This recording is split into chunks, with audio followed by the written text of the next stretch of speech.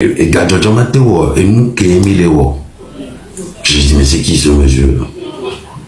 Nous, on est là, ça fait des mois qu'on est là, bon, ok. Et ça s'est mal passé ce jour-là sur le panel. Parce que je lui ai dit, au lieu de passer son temps à venir dire que Gadjojo Mateo, il serait mieux que lui, il aille faire son devoir de citoyen en allant participer à la cagnotte. Et ça s'était mal passé ce jour. Et vous savez, des fois, des relations peuvent démarrer comme ça. Après, Kodjo nous met en relation. C'est Kodjo que je connaissais en premier. Moi, je ne connaissais pas Markunda. Moi, j'étais dans mon truc à fond, boulot, ma fille, hein, et la lutte togolaise. J'étais sur tous les panels, etc., etc. Et le gars, Kodjo nous a mis en relation, il a dit qu'on pouvait travailler ensemble. Quand le gars m'a appelé, il m'a montré sa vie, les voitures qu'il a. Je me disais, mais c'est quoi cette histoire-là? Lui, il est un homme accompli, un homme d'affaires. Tout de suite, premier appel, c'est appel visio. Je te montre ma vie, regarde, j'ai ça, je suis j'étais là, je dis, c'est bien, mais bon, on ne s'appelle pas pour ça. Si vous m'avez appelé, c'est pourquoi. Voilà, allons sur le vif du sujet. Il y a une dictature à dégager. On y va. On avance. Et c'est là où, oui, on a commencé à plus ou moins travailler ensemble. Le gars, après, il revient me voir pour me dire que il va me mettre sur un payroll qui va me payer tous les mois. Je lui ai dit non. Je lui ai dit non. Non, je ne me suis pas engagé par pure conviction pour avoir une rémunération. Non. Et d'ailleurs, tu ne peux pas me payer. C'est ce que je lui ai dit. Que tu ne peux pas me payer tous les mois pour ce que je fais. C'est des heures et des heures de boulot. Non. Non, tu ne peux pas me payer pour cela. Mais par contre, ce qu'il faudra faire, c'est de contribuer au projet que nous mènerons. Parce que on ne peut pas, effectivement, comme tu l'avais dit, et c'est ce que je lui dis, on ne pouvait pas que compter sur les cotisations pour pouvoir faire des projets. C'est comme ça que les choses ont commencé par se structurer. Ensuite, vous connaissez l'histoire de Zaga, machin, tout ça. J'ai jamais voulu trop m'en mêler parce que je n'étais pas là quand Marc et Zaga se sont assis pour aller signer un contrat ensemble. On ne m'en a même pas, parce que dans l'histoire de Zaga, ouais, on va en revenir, mais avant ça, laissez-moi revenir sur l'historique, parce que c'est très important. Les détails, le diable se cache dans les détails. Alors on a commencé comme ça, c'est vrai, la confiance ne pouvait pas naître d'un coup comme ça, mais moi je suis quelqu'un, quand on me montre quelque chose, quand on me dit quelque chose, j'y crois. Je ne mets jamais la parole en doute des gens. Jamais. Jamais, au plus grand jamais. Et c'est peut-être ça qui est ma naïveté.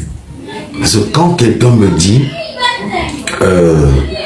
je suis ci, je suis ça, écoutez, tout le monde peut être sous ce qu'il veut. Mais c'est les actions que la personne va poser qui va déterminer ce que cette personne est. Moi, c'est comme ça que je juge toujours les gens. Je ne vais pas... Je suis naïf, certes, de croire que quelqu'un me dit quelque chose, je le crois, et je le dis d'ailleurs, je te crois, tu n'as pas besoin de me prouver, et c'est ce que j'ai toujours dit à Marc, quand on s'appelle, quand il me dit qu'il a froid, j'ai dit, mais je te crois, tu n'as pas besoin de me prouver. Une manière de lui faire comprendre que je ne suis pas là pour ça. Parce que l'objectif, là, c'est de dégager la dictature en place, ce système qui a mis un genou sur le cou des Togolais depuis plus d'un demi-siècle. C'est ça, l'objectif. C'est pour ça que je faisais des sacrifices dans ma vie de tous les jours. C'est pour ça que cet engagement citoyen est très important. Et puis ensuite, on a commencé à s'échanger. Alors, j'ai déroulé le plan. Je lui ai fait, écoute, Marc, dans ce qu'on va faire, on fera une application.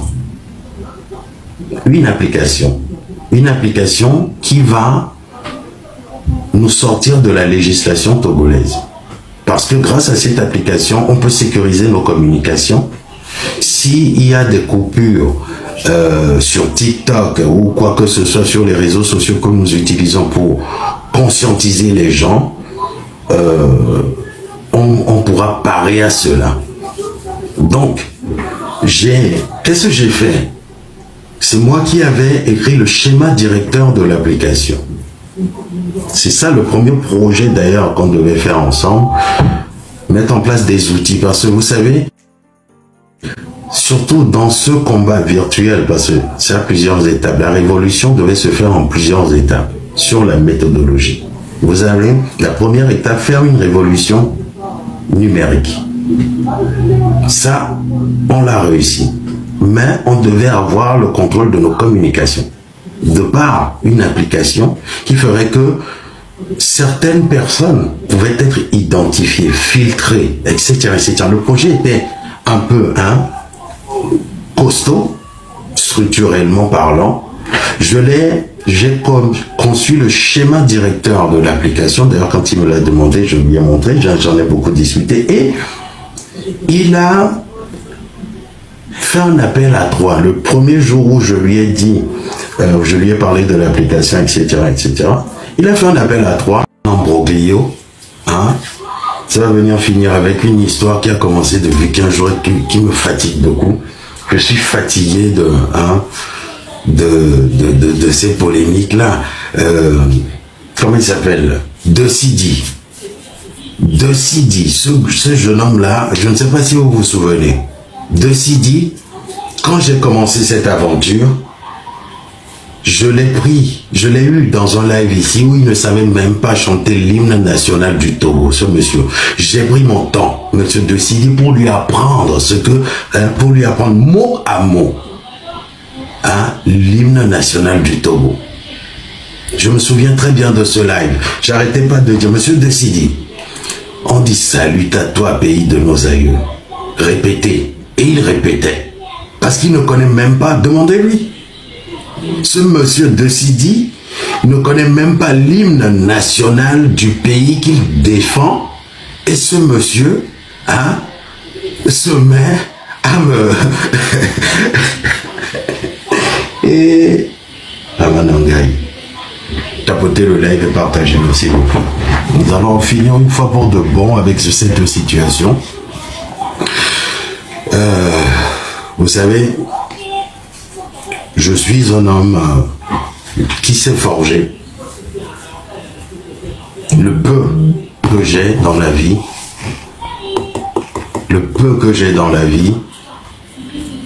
je ne me vante pas de cela. Je ne suis pas de ceux-là qui viennent se vanter. J'ai appris la culture de l'humilité. Mais si des gens me forcent ou veulent me forcer à être ce que je ne suis pas, je ne pourrai pas dire plus, je ne pourrai pas être ce qu'ils veulent. Voilà. Aujourd'hui, il y a des polémiques. Marc me raconte dans un live que moi j'aurais changé d'idéologie. L'idéologie que moi-même j'ai amenée. Vous savez, sur la base de quoi cette idéologie a été trouvée? J'ai mes notes ici, un instant, je vais juste rapidement. Voilà, sur la base de quoi cette idéologie a été bien pensée pour la rupture avec ce qui n'a pas fonctionné. Parce que la réussite d'un mouvement aujourd'hui dépend des batailles qu'on choisit de mener.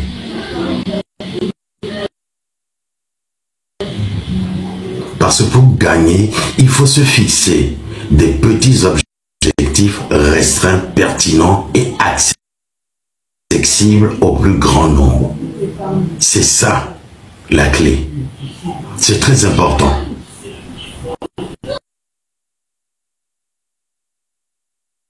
C'est très important. Je suis arrivé ici sur les réseaux sociaux, j'avais commencé déjà à faire des débats sur Facebook où je traitais les thèmes sur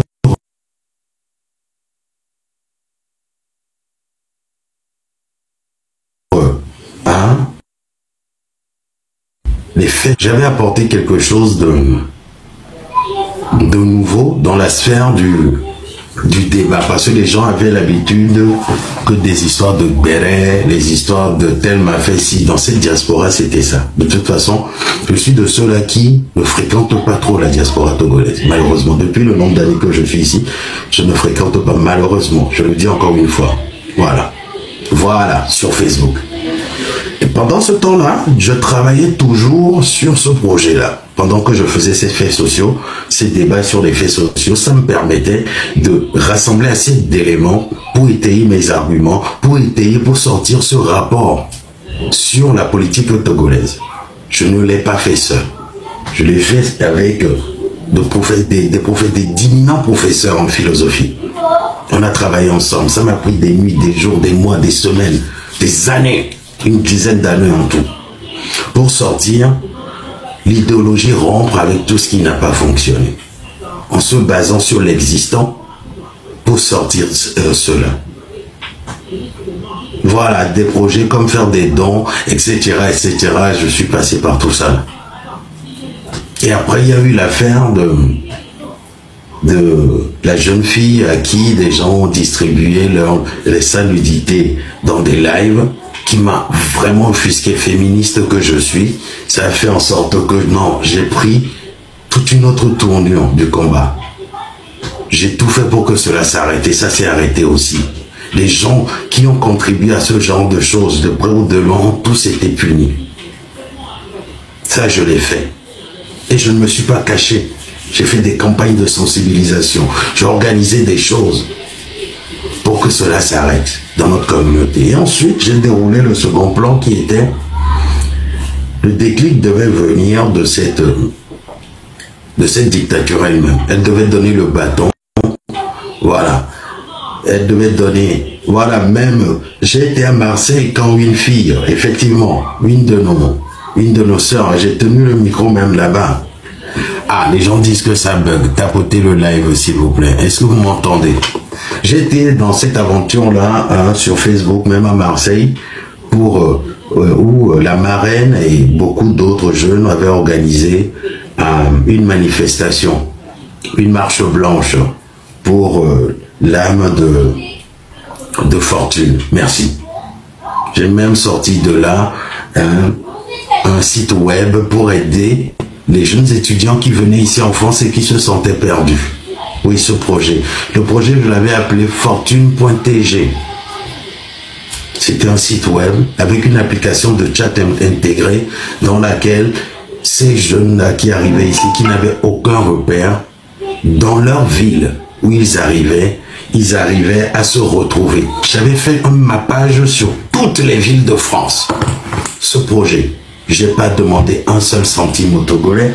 J'ai mis ce que je sais faire le plus, me servir de mes 10 doigts sur un clavier, sur un ordinateur pour pondre ce projet et qui a bien fonctionné jusqu'à ce que je ne laisse tomber ces serveurs-là. D'ailleurs, il faut que je regarde encore ça. Oui, c'était moi. C'était moi qui ai conçu ce projet gratuitement pour la communauté togolaise, pour les jeunes étudiants qui venaient ici, en France. Et d'autres projets, certains ont fonctionné, d'autres n'ont pas fonctionné. J'essaie de loin d'aider au mieux la communauté togolaise. Je l'ai fait. Et je continuerai toujours de le faire. Avec le peu de moyens que j'ai. Je ne suis pas de ceux-là qui crient sur les toits que je suis capable des histoires comme ça, non. Je fais ce que je peux faire quand je peux le faire. Je ne suis pas parfait. Je ne suis pas un homme parfait. Mais tous les jours que Dieu fait, je m'améliore. Je fais en sorte de ne pas, je sais pas, tomber dans certaines choses. Je ne connaissais pas la communauté togolaise. Et j'ai appris à connaître la communauté togolaise sur les réseaux sociaux. Et il n'y a pas beaucoup d'entre vous qui connaissent ma vie privée.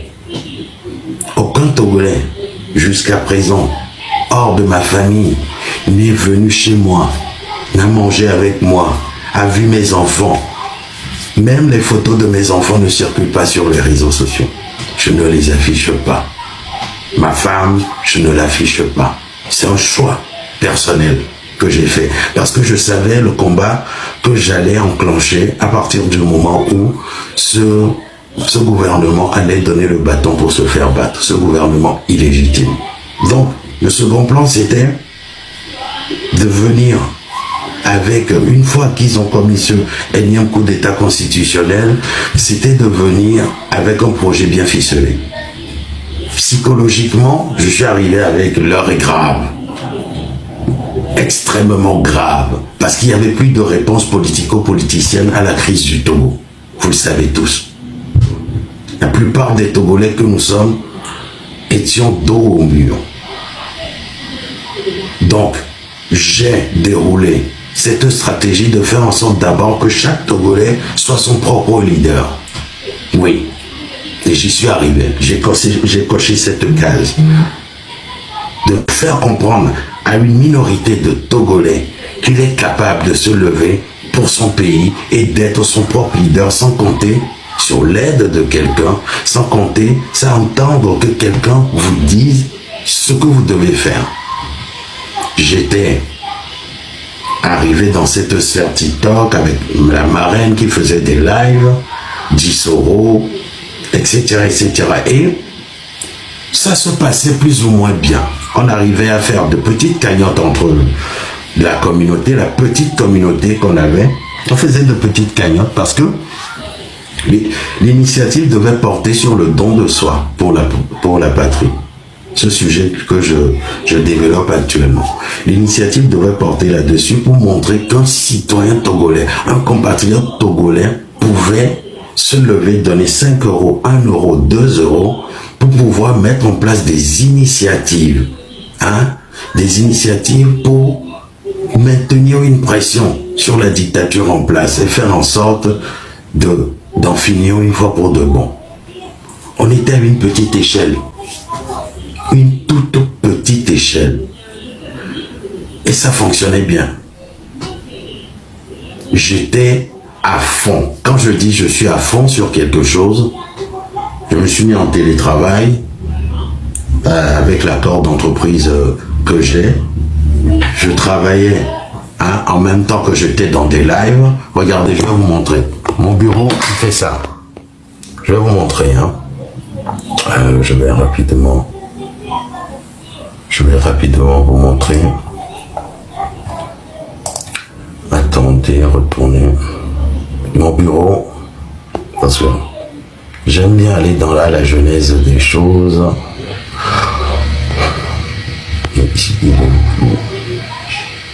À la genèse des choses. Voilà. Mon bureau, ça n'a pas changé. Je travaille avec tous ces écrans. 3 écrans. Voilà. Ma fille a un matelas ici par terre. Ma fille vient jouer ici, souvent, d'habitude, dans mon bureau. Et ma vie, pendant 2 ans, s'est arrêtée à ça. Boulot, un instant. Boulot, la lutte pour la libération du Togo et tutti quanti. Voilà ce que j'ai fait pendant des mois et des mois et des mois avec la marraine, Kodjo, etc. Je me suis organisé sur le plan de la sécurité parce que je savais que je m'attaquais à un système très dangereux qui pouvait venir nuire à ma pauvre et misérable vie depuis là où je suis. Donc je me suis organisé. On a changé de vie, carrément. J'ai des caméras qui me regardent même dans mon salon, dans ce bureau. Il y a une caméra qui me regarde. On a mis une voiture de police qui passe souvent. Parce que, oui, j'ai pu faire ce qu'il faut pour cela. Je me suis battu pour mettre en place, faire entendre l'idéologie du train de ce que vous avez aujourd'hui qui s'appelle le train de la liberté, qui n'est qu'un terme. Je me suis battu pour asseoir psychologiquement cette étude sur la lutte politique togolaise. Et ça a bien fonctionné. Les gens au début disaient qu'il fallait qu'on se structure. Oui, la structuration devait venir après, mais pas tout de suite. À un moment donné, j'ai rencontré Marc Onda par l'entremain de Kodjo sur un live. Et ça s'est mal passé d'ailleurs parce que on était en train de préparer, on était en train de faire une cagnotte pour une manifestation à Marseille.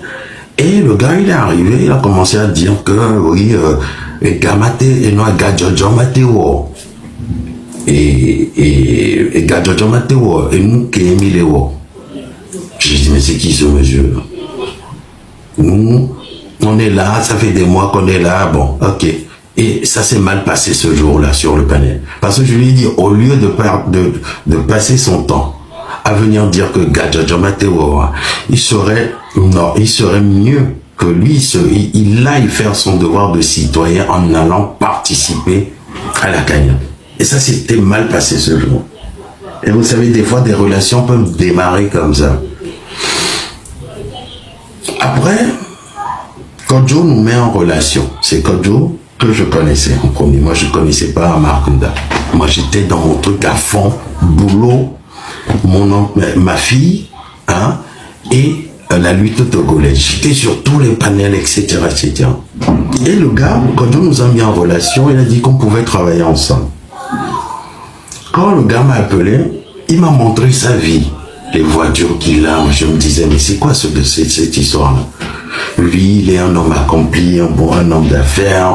Tout de suite, premier appel, c'est appel visio. Je te montre ma vie, regarde, j'ai ça, je suis J'étais là, je dis, c'est bien, mais bon, on ne s'appelle pas pour ça.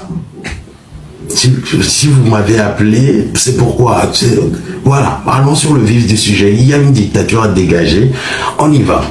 On avance. Et c'est là où, oui, on a commencé à plus ou moins travailler ensemble.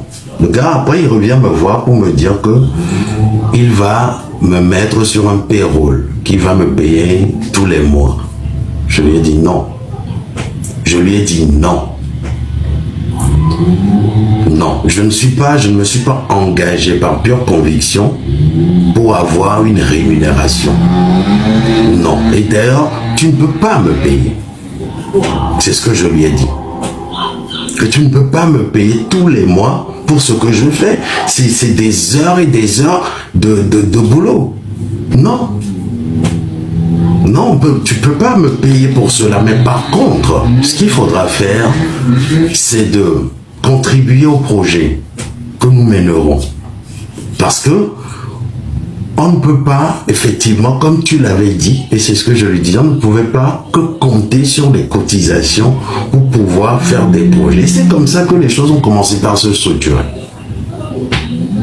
Ensuite, vous connaissez l'histoire de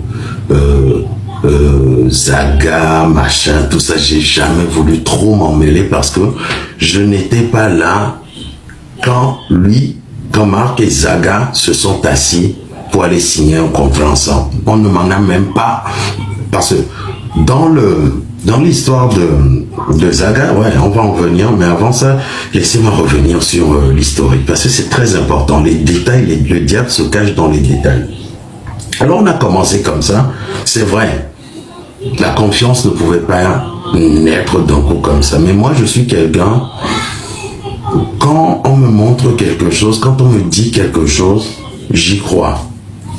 Je ne mets jamais la parole en doute des gens. Jamais. Jamais, au plus grand jamais. Et c'est peut-être ça qui est ma naïveté. Parce que quand quelqu'un me dit je suis ci, je suis ça, écoutez, tout le monde peut être sous ce qu'il veut. Mais c'est les actions que la personne va poser qui va déterminer ce que cette personne est. Moi, c'est comme ça que je juge toujours les gens. Je ne vais pas, je suis naïf certes de croire que quelqu'un me dit quelque chose, je le crois, et je le dis d'ailleurs, je te crois, tu n'as pas besoin de me prouver, et c'est ce que j'ai toujours dit à Marc, quand on s'appelle, quand il me dit qu'il a froid, j'ai dit, mais je te crois, tu n'as pas besoin de me prouver. Une manière de lui faire comprendre que je ne suis pas là pour ça. Parce que l'objectif là, c'est de dégager la dictature en place, ce système qui a mis un genou sur le cou des Togolais depuis plus d'un demi-siècle. C'est ça l'objectif. C'est pour ça que je faisais des sacrifices dans ma vie de tous les jours. C'est pour ça que cet engagement citoyen est très important. Et puis ensuite, on a commencé à s'échanger. Alors, j'ai déroulé le plan. Je lui ai fait, écoute, Marc, dans ce qu'on va faire, on fera une application. Une application. Une application qui va nous sortir de la législation togolaise. Parce que grâce à cette application, on peut sécuriser nos communications. S'il y a des coupures sur TikTok ou quoi que ce soit sur les réseaux sociaux que nous utilisons pour conscientiser les gens, on pourra parer à cela. Donc, qu'est-ce que j'ai fait? C'est moi qui avais écrit le schéma directeur de l'application. C'est ça le premier projet d'ailleurs qu'on devait faire ensemble, mettre en place des outils, parce que vous savez, surtout dans ce combat virtuel, parce que c'est à plusieurs étapes, la révolution devait se faire en plusieurs étapes sur la méthodologie. Vous avez la première étape, faire une révolution numérique. Ça, on l'a réussi. Mais on devait avoir le contrôle de nos communications. De par une application qui ferait que certaines personnes pouvaient être identifiées, filtrées, etc., etc. Le projet était un peu costaud, structurellement parlant. J'ai conçu le schéma directeur de l'application. D'ailleurs, quand il me l'a demandé, je lui ai montré, j'en ai beaucoup discuté. Et il a fait un appel à 3. Le premier jour où je lui ai dit, je lui ai parlé de l'application, etc., etc., il a fait un appel à 3 avec un monsieur que je ne connaissais pas du tout. Il s'appelle Tony. Un jeune Tony. Le jeune Tony là. Vous avez dû entendre que Tony, dans les sorties de Marc récemment, il a dit même que les gens des Blé écoutent Tony Adomou. Le Tony est venu dans l'appel à 3 et il nous a présenté. Et il a donné une règle ce jour-là. Vous savez, moi je suis comme ça. Il a donné une règle ce jour-là. Il a dit, tout ce qui se passera dans ce groupe doit rester dans le groupe. On ne doit que discuter de la lutte, mais pas d'autre chose. Il disait à Tony ce jour-là, au téléphone avec moi, Tony, je ne veux pas entendre que tu viennes parler de mes histoires à la légende. Il n'a rien à avoir dedans. Lui, il est venu pour la lutte. Et l'initiative, c'est qu'on sorte une application, etc., un outil de communication pour pouvoir gérer l'opérationnel, etc., etc. Donc, avec Tony, on s'était convenu, et le monsieur, le jour-là, il nous a fait signer une clause de confidentialité, Marc. Moi, parce que je suis quelqu'un, quand on me dit quelque chose, j'y crois. Dès qu'il a envoyé la clause de confidentialité, je l'ai imprimé de suite, je l'ai lu, parcouru rapidement, et la clause était en anglais. Je l'ai parcouru rapidement, j'ai signé parce que j'ai confiance. J'ai confiance, je croyais. Donc j'ai signé la clause de confidentialité, j'ai scanné, j'ai renvoyé. Pour montrer ma bonne foi.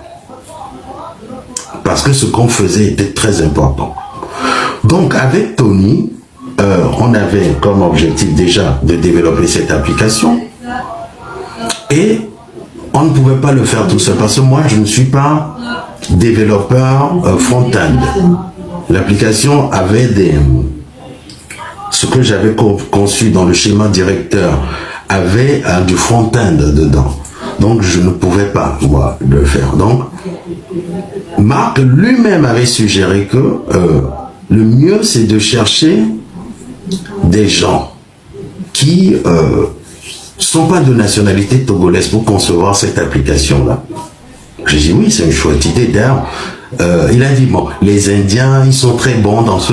Et Tony aussi a suggéré oui, les Indiens sont très bons. J'ai dit oui, bon, j'en connais quelques-uns qui sont bons. Tony a dit qu'il connaissait des gens aussi qui pouvaient développer cette application. Moi, j'étais déjà, je discutais déjà avec un petit groupe d'Indiens là sur les réseaux. Parce que, en plus de cela, j'ai, dans ma petite et misérable vie, comme les gens aiment le dire, j'ai pu participer à certains projets en étant informaticien adjoint pour Total et ensuite responsable technique chez Canon. Donc j'ai pu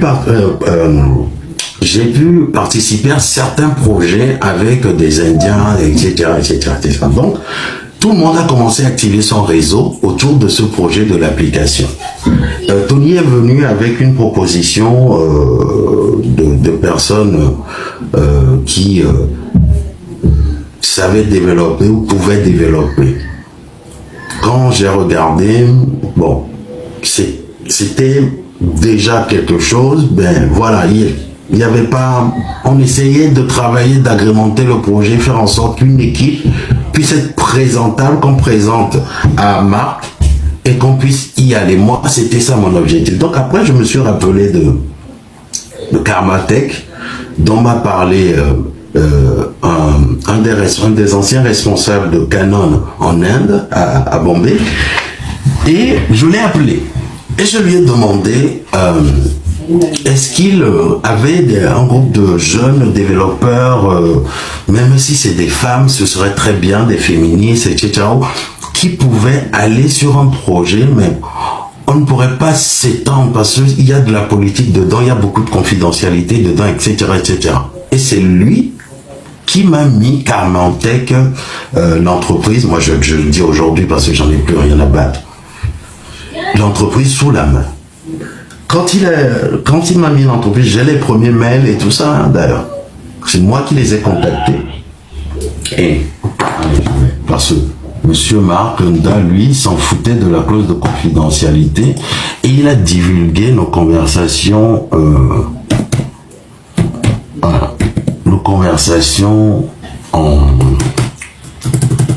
en live.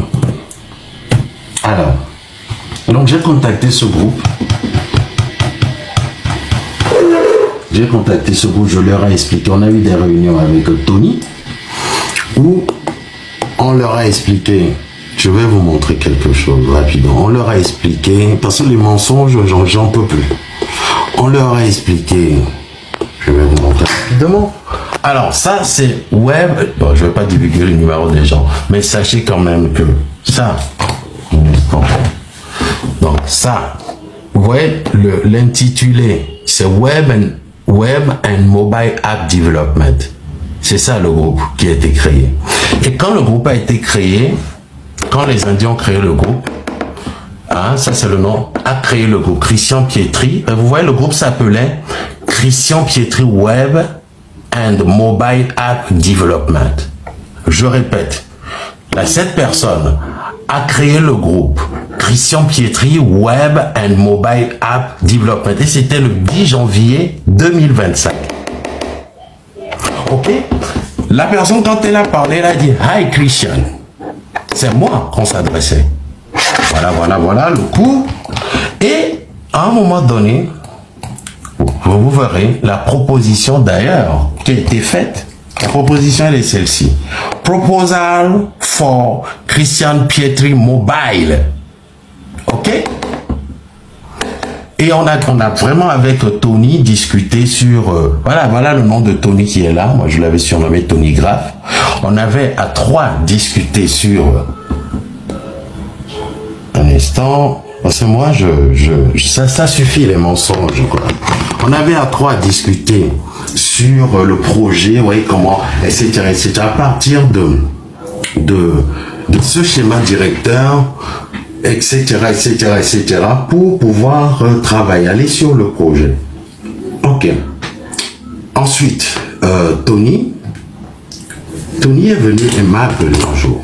Et il me dit, écoute Christian, j'aimerais m'entretenir avec toi parce qu'on est en train de bosser déjà des heures et des heures sur ce projet d'application et ce serait bien que vous redéfinissiez, que tu redéfinisses avec Marc les contours du projet pour qu'on ait au moins des rémunérations. J'ai dit à Tony ce jour-là, écoute Tony, moi, j'aime pas travailler, aller sur un projet avec des gens qui ont des griefs. Et c'est là où Tony a commencé effectivement à me raconter un peu ses aventures avec Marc Nda, etc., etc., des histoires de Tanzanie, etc. Comment le gars, malgré professionnellement, il était entre autres quelqu'un de bien, mais il était très smart, très intelligent pour prendre les projets des gens. Quand j'ai appris ça, j'ai fait waouh. Non, la personne qui dit erreur de communication, c'est parce que je veux rétablir des vérités. Marc, c'est lui, et j'en ai parlé avec un conseil. Marc, c'est lui le premier à venir me vilipender, me faire passer pour un menteur ou quoi que ce soit. C'est très important. Et ça, j'aime pas du tout. Il l'a fait avec une subtilité, en disant que la légende, c'est mon frère. Oh, Kai. Comme vous dites chez vous, monsieur Nda, je ne suis pas votre frère, on n'est pas nés de la même mère. Mes frères, je les connais, mes frères de sang, je les connais. On n'est pas des frères. Parce que ce que vous faites est dangereux. Alors, on avait commencé le projet quand Tony, effectivement, est venu me voir pour me dire, oui, les gens de Marc dit ça. Je l'ai arrêté net, je lui ai dit, écoute, moi je vais en parler à Marc, ce dont tu viens de me parler. Parce que, et on va essayer de faire table rase, de trouver un terrain d'entente pour pouvoir continuer ce projet. Donc, j'appelle Marc, je lui dis, Marc, Tony, il est venu me dire si, ça, moi j'avais rien à savoir de la Tanzanie, de tes projets, etc. Mais il m'en a parlé. Et le gars, il a pété un câble ce jour-là au téléphone. Je ne l'ai pas reconnu. Ouais, il n'avait pas à venir te dire ça. J'ai dit, oui, mais écoute. Il a dit, ouais, est-ce que tu es prêt à faire un appel à 3 pour le confronter? J'ai dit, mais moi, ça ne me gêne pas. Si on arrive à trouver un terrain d'entente pour partir sur de bonnes bases. Donc, c'est comme ça qu'on a fait cet appel à 3 avec Tony qui s'est mal passé. Non, je préfère aller crescendo. Il y a certaines choses que je n'ai pas besoin de dire ici. Il y a certaines choses que je n'ai pas besoin de dire. Ça s'est mal passé parce que Marc a commencé à gueuler au téléphone sur le jeune. Oui, tu n'avais pas besoin d'aller dire ça à la légende. Tu ne le connais pas. C'est nos histoires à nous. Je t'ai payé. J'ai fait ci. À un moment donné, je me suis dit, mais qu'est-ce qui se passe? Et il a dit, je te vire. Oh, le gars, tout de suite, il a raccroché. Le gars, Tony est parti ce jour-là. Et il a dit, ouais, il faut le bloquer partout. Ce monsieur.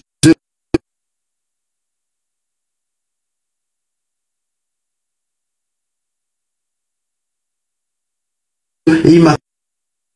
Le groupe pour qu'il n'y ait pas des quiproquos, surtout sur un projet aussi important.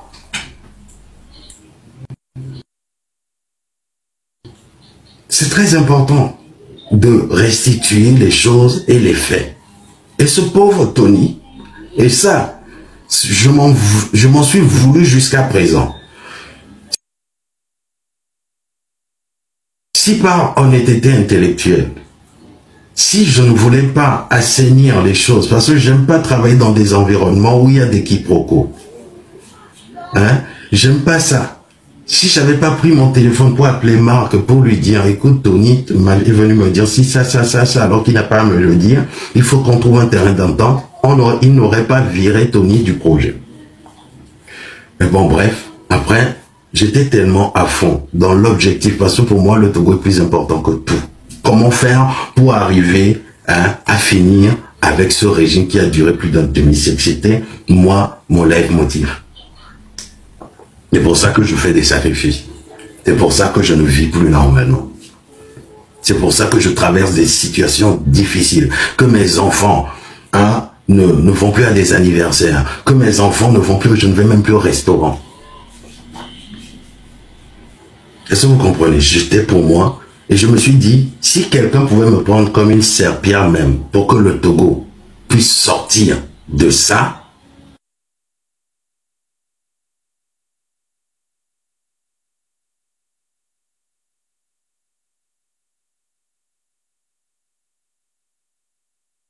c'était suite au projet à continuer. Et vous avez vu comment on a déroulé les dénonciations. Il ramenait des dossiers, j'en ramenais aussi. Jusqu'à ce que, non, avant ça qu'on ait viré Tony, oh là là, j'ai loupé le coche. Je suis désolé. J'ai loupé le coche. Avant que Marc ne décide de virer Tony, ce jeune homme vraiment courageux qui est aux États-Unis, qui se bat aussi. Vous savez,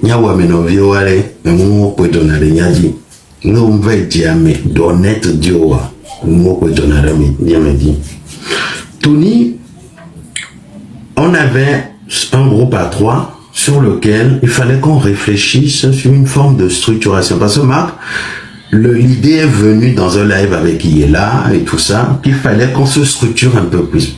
Pourtant, moi, c'était dans cette marge de manœuvre qu'on avait. Donc, Marc m'appelle, il me dit, il est temps qu'on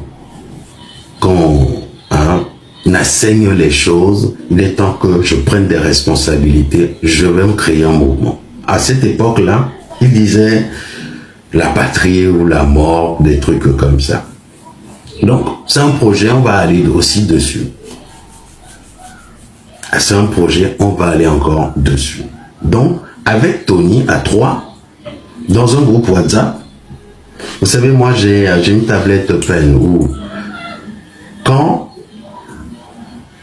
on élabore des idées, je dessine à la main sur la tablette et je balance dans le groupe. On élabore des idées sur un logo, je dessine à la main, parce qu'il avait dit la patrie ou la mort, on disait la patrie, parce que ça venait de Thomas Sankara. On était sur, à ce moment-là, on était sur la période où on prenait beaucoup d'exemples sur le Burkina Faso. Donc, on était dans cette optique-là où moi, je dessinais un logo, je le dessinais avec ma tablette Pen et je balançais. C'était pas un logo où j'allais sur un ordinateur. Je dessinais et je balançais dans le groupe. Et la prochaine étape, normalement, tu structures, parce que moi, c'est ce que j'ai appris dans l'ingénierie. Tu structures et ensuite tu balances un professionnel qui est dans ce secteur et lui, il affine. C'est comme ça qu'on travaille à la chaîne en informatique. Donc, à partir de ces croquis-là, quelqu'un pouvait, un infographe professionnel, etc., sortir quelque chose. Et c'est comme ça que, déjà le terme, le train de la liberté, c'était au téléphone. C'était au téléphone que c'est né. Le terme, le train de la liberté, on était à 3 au téléphone avec Tony. Et quelqu'un avait dit le train, quelqu'un a dit le train de la patrie, quelqu'un a dit parce que je m'en souviens très bien, j'ai eu une mémoire d'éléphant. Quelqu'un avait dit le train de la patrie, quelqu'un avait dit le train de la liberté, quelqu'un avait dit et puis au finish on s'est tous retrouvés à dire le train de la liberté à 3. Je ne suis pas celui-là qui a conçu le terme le train de la liberté. On était à 3 à concevoir ce terme, le train de la liberté. Et c'est comme ça que le logo aussi devait refléter, et c'est d'ailleurs Marc même qui a dit ce jour-là, il a suggéré, faudrait un truc qui pourrait parler à l'international. J'ai dit oui, tiens, oui. Que tout le monde se reconnaisse dedans, etc., etc. Et c'est là où le terme, le train de la liberté est sorti, mais ça a été un boulot, ça a été un brainstorming de 3 personnes, c'est 3 cerveaux qui se sont rassemblés pour sortir le train de la liberté. La méthodologie du mouvement, la méthodologie du mouvement, l'idéologie du mouvement, c'est moi qui l'ai ramené.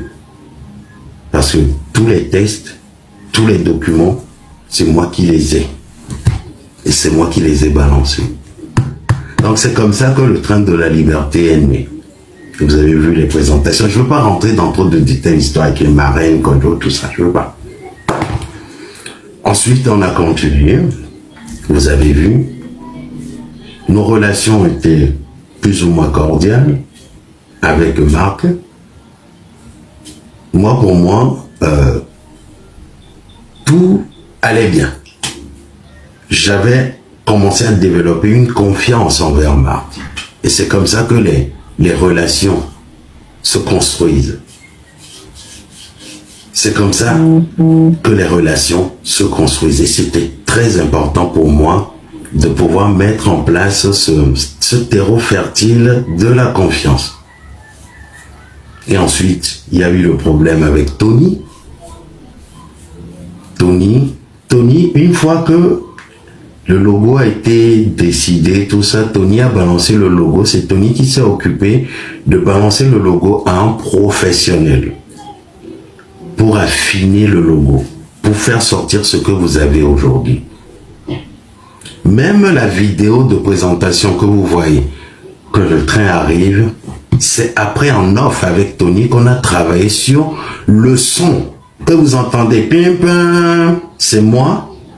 Avec Tony, je venais avec un son de gare ferroviaire. Il me disait, non, on va faire ci, on va... Et on a affiné pour trouver une petite vie, pour couvrir la petite vidéo de 32 secondes pour ce train-là.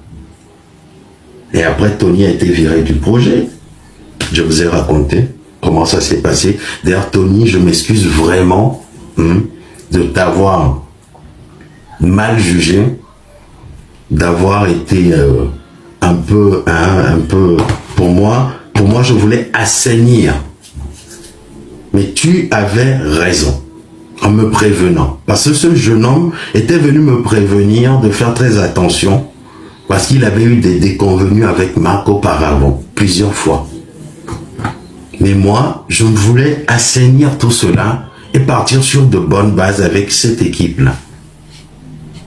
Voilà. Maintenant, on commence à avancer. Vous savez, ce genre de choses a besoin de financement. Marc était venu pour dire, j'ai les moyens. Il me l'a dit franchement, j'ai les moyens.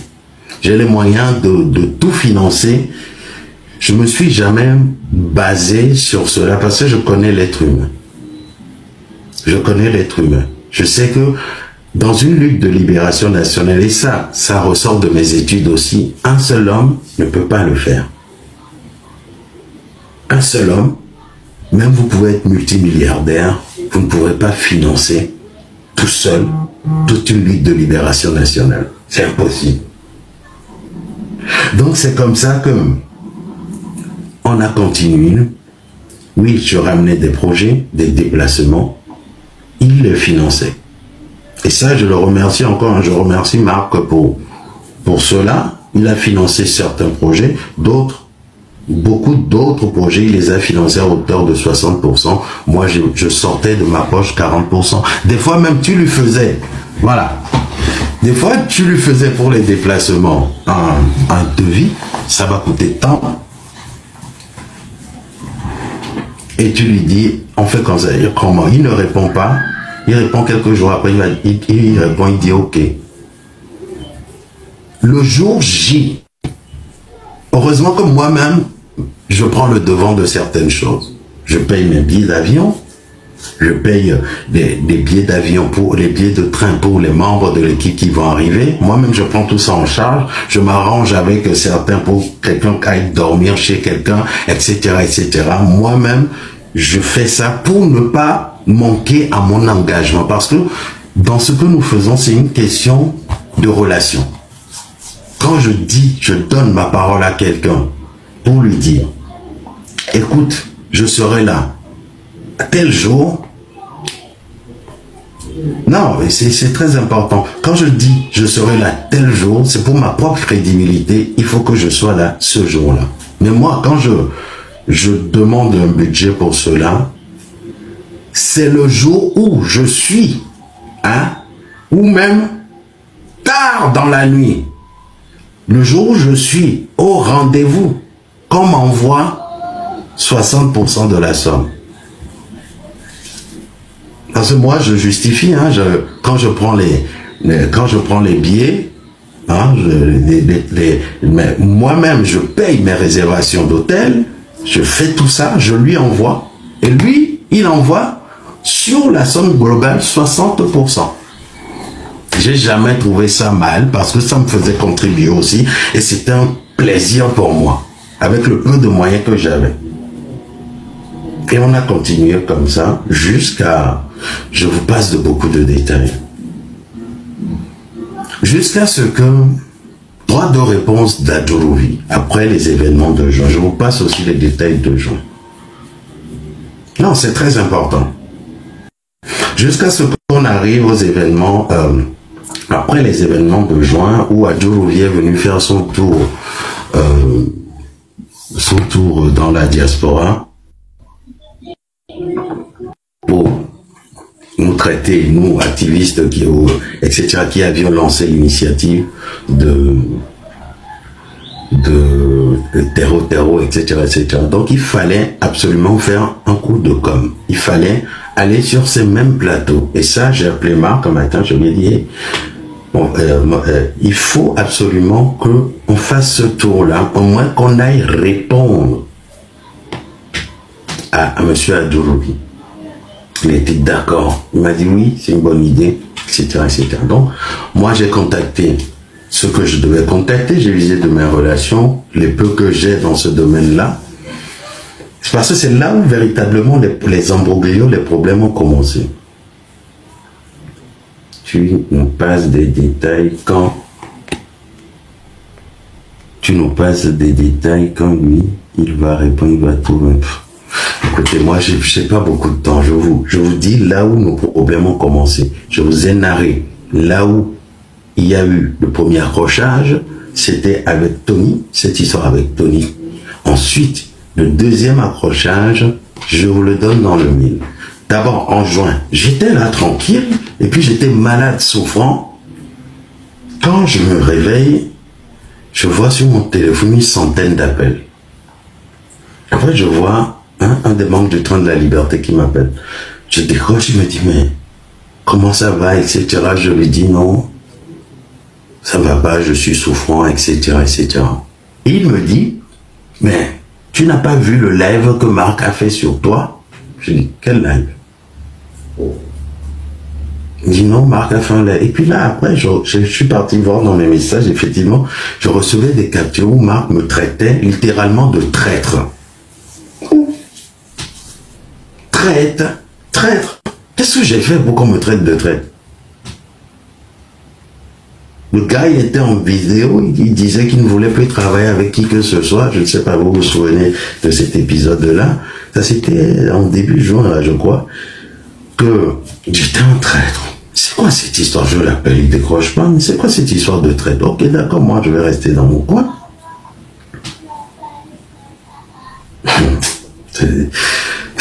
Il y a eu trop de choses, quoi. Je vous assure, il y a eu tellement de choses. Moi, j'étais omnibulé. J'étais omnibulé par le fait.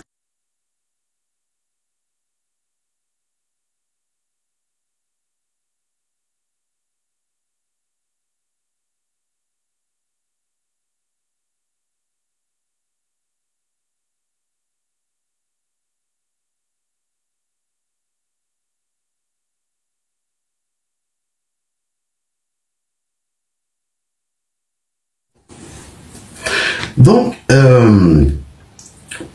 où est-ce que j'en suis? Je suis un peu... Voilà, on me dit je suis un traître, etc. Et après, j'essaie de comprendre la chose. C'était une histoire banale. Une histoire où, parce que j'ai accepté d'aller sur le live de Zagabambo, à cette époque-là, je crois que le M66 n'était pas créé. Sans lui, j'ai accepté un débat intellectuel sans lui, et c'est devenu...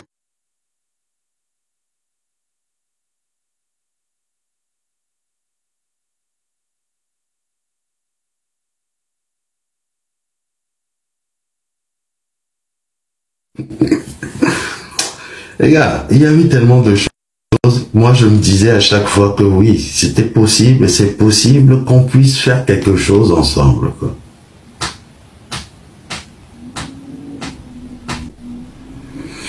Voilà, je continue. Après l'événement de juin, il y a eu cette histoire où Adjorovi, les événements où Adjorovi est venu dans la diaspora, etc., etc. Et il fallait répondre.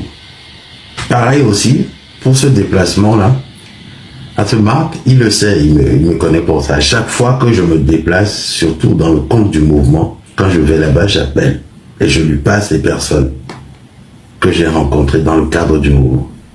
Il le sait. J'ai toujours agi comme ça. Donc, le jour-là, d'ailleurs, même le financement, comme d'habitude, est arrivé en retard pendant que j'étais en train de prendre mon avion ou un truc comme ça. Bon, bref. J'ai dû dépenser de ma poche aussi. Avant, et si vous voulez, et s'il peut vous le confirmer, s'il est honnête, il vous dira que je reçois toujours l'argent, soit après la mission, ce qui veut dire que c'est moi-même, je débourse pour toute la mission, et c'est après que je prends ces 60% quand je rentre, ou quand je suis sur le départ de là où je suis. Je n'ai jamais eu de salaire avec M. Honda. Il m'a proposé un salaire, j'ai dit non. Jamais. S'il a une fiche de paye, oui. Oui, quand il a appris que mon papa, voilà, ça je vais le dire, quand il a appris que mon papa en décembre avait fait un AVC, etc., il m'avait envoyé un montant, 1000 $, pour me soutenir, oui, 1000 $, 900 $, un truc comme ça, pour me soutenir. Je lui ai dit merci, j'avais rien demandé. Il fut un temps, j'ai eu même, au début, j'ai eu même un coup des choses qui peuvent arriver entre deux partenaires. J'ai eu des soucis, et ça c'était même au tout début, parce que le monsieur me disait, j'ai ci, j'ai ça, je suis ci. Quand c'est pour finir la parenthèse de cette histoire de argent, argent, argent. Et sur le coup de blues, hein, sur le coup de problème que j'avais à cette époque, et où sont mémoire d'éléphant, c'était 1000 € ou 900 €. J'ai dit 900 ou 900 et quelques. J'ai encore les reçus. Quand il a, sur l'argent, je veux finir avec ce côté-là, c'est très important pour moi. Quand il a appris cela, il m'a envoyé 900 et quelques ou 1000 €. Je ne lui avais rien demandé. C'est lui-même qui a voulu m'aider pour aider aux frais hospitaliers, etc. de mon papa. C'est gentil. Je lui ai dit merci, c'est très gentil. Et ensuite, qu'est-ce qui s'est passé? Côté argent, oui, il y a eu des prises en charge sur les déplacements. Je vous l'ai dit, à 60% qu'il a fait. J'ai dû, moi aussi, avancer les 40%. Des fois, il envoie l'argent tardivement, donc c'est moi moi aussi, de ma pauvre petite poche, je sors des sous. Voilà. Là-dessus, j'ai toujours été honnête avec lui, parce que j'ai vu sur ses sorties des trucs qu'il a commencé à raconter, ou essayer de faire comprendre aux gens. Et moi, à chaque fois que je faisais un truc, je lui faisais des comptes. Je lui faisais des comptes. Donc, j'arrive à l'histoire cette histoire d'argent. Il fut un moment où, oui, j'ai eu un coup j'ai eu un problème, où je lui en ai parlé. Comme font des partenaires en général, si vous avez confiance, ou quand la confiance commence à germer. Je lui en ai parlé, et 2-3 jours après, j'avais toujours pas de réponse, mais moi, j'ai trouvé un moyen de régler mon problème. Donc ce jour-là, je lui ai écrit, dès que j'ai réglé mon problème, je lui ai écrit, je lui ai dit, c'est plus la peine. Je lui ai écrit, je lui ai dit, c'est plus la peine. Telle personne m'a aidé à régler ce problème, maintenant on ne parle plus.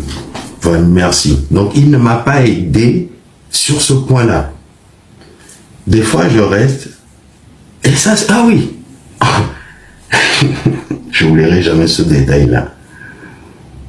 Le gars, je suis là seulement, on me dit, Kodjo, c'est Kodjo qui m'appelle pour me dire que Marc m'a envoyé des sous, il m'a dit de te donner de l'argent. J'ai dit, mais c'est quoi cette histoire? Il me dit oui. Il m'a dit de te donner de l'argent. Et j'ai dit, c'est combien que c'est quoi? Il me dit, c'est pour m'aider, etc. J'ai dit, c'est combien? Et Kojo me dit, bon, écoute, la somme, elle n'est pas grosse, hein. J'ai dit, oh, il n'y a qu'à là. Néné, ma Kojo. Kojo, il est là encore vivant, il peut venir vous le dire. Kojo, 100 euros. 100 euros. Payé Marc. Et Gaëlo. Et 100 euros. Et puis, comme on était en période de fête, là, j'ai dit à Kojo ce jour-là au téléphone, Kojo, Gaëlo, Kojo, et tu vas dire, quand Marc va t'appeler pour te dire que si tu m'as donné l'argent, tu lui dis oui. Mais on y a encore la sorte d'Awan, 100 euros, et vivo, soit les cadeaux, avec tonton Christian au cadeau, parce que, à Fikemna, elle va se déplacer. Il m'avait retiré 100 et 100 euros est Gaëlo. Mais ce jour-là, c'est ce que je disais à Kojo au téléphone, quoi. Il m'avait se déplacer, il a retiré 100 euros. Ça va être une perte de temps, une perte etc. Donc, Kojo, ton vivre, tonton Christian, boupé, n'a pas 100 euros, et on t'a donné. Et puis après, il y a eu cette histoire-là qui est arrivée aussi sur les réseaux. Bon, bref, je vais finir avec ce volet argent. Parce que, apparemment, c'est ce que Marc met en avant. C'est ce que Marc met en avant tout le temps pour décrédibiliser les gens. Et moi, c'est insupportable, quoi.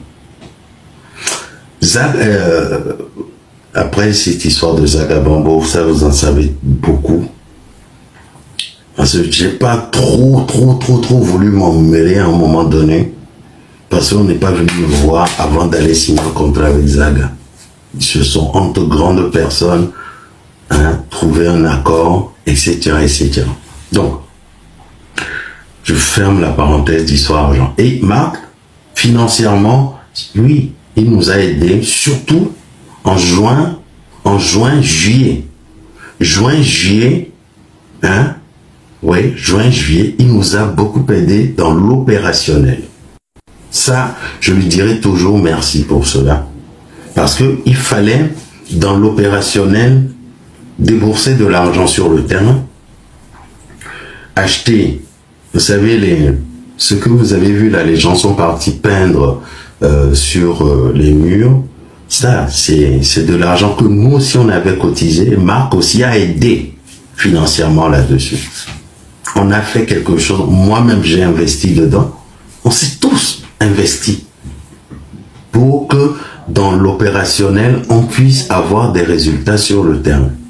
Des graffitis, des quoi. Donc en fin juin, quand on a commencé à arrêter les gens, etc., il fallait un plan d'urgence pour prendre en charge au moins les familles de nos gars.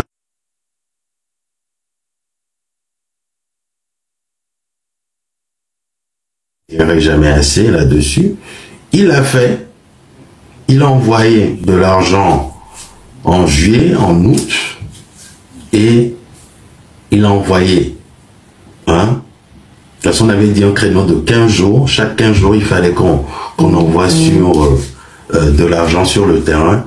Ça je le remercie beaucoup, il a tenu cet engagement. Mais un matin il m'appelle, parce qu'il m'appelle et il me dit, les gens, il va falloir, parce que je lui avais encore envoyé, je lui avais encore envoyé, les 15 jours sont arrivés à échéance, donc il envoyé 2000 et quelques euros tous les 15 jours.